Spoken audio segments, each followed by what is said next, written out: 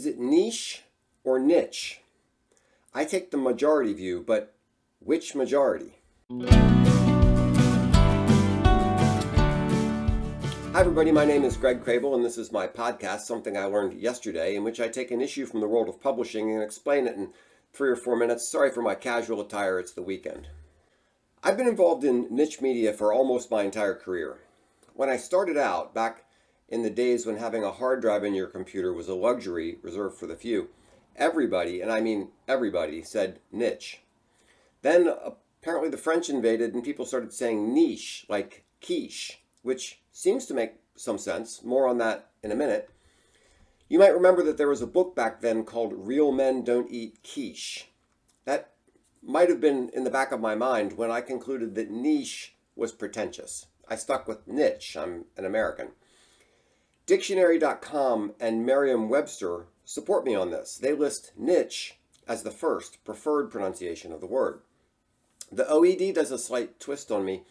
You see, it wasn't the French who invaded, it was the British. In British English, the OED lists niche as first and niche as second, but for American English, it lists niche as first and niche as second. So the dictionaries are all on the side of niche. I also tried looking up some rhyming dictionaries, and they all assume a niche pronunciation. So I'm on solid ground to say that niche is the preferred pronunciation in America. Then why is it quiche, aside from the obvious reason that it's a French word? Well, English is hard. If you look up words that end in I-C-H-E, you find some weird things. The only other I-C-H word with an itch sound, at least that I could find, is mitch, which is to lurk out of sight. And the funny thing is that that's a British word. And according to the OED, it was the Brits who were more likely to say niche.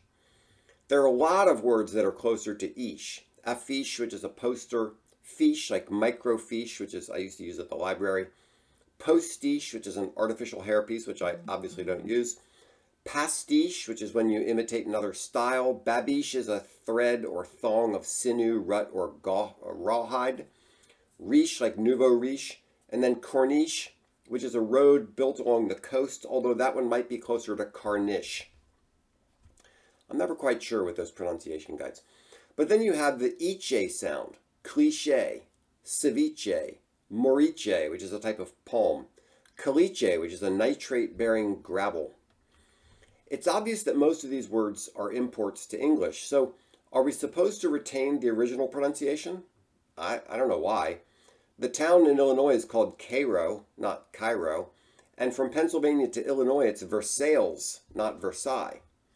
Now some people will hear Versailles and roll their eyes and think, those uncultured hicks.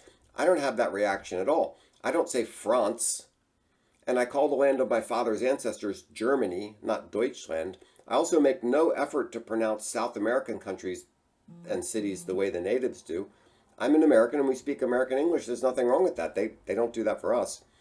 But my friend Lev K. from CredSpark was talking about quizzes and polls last week.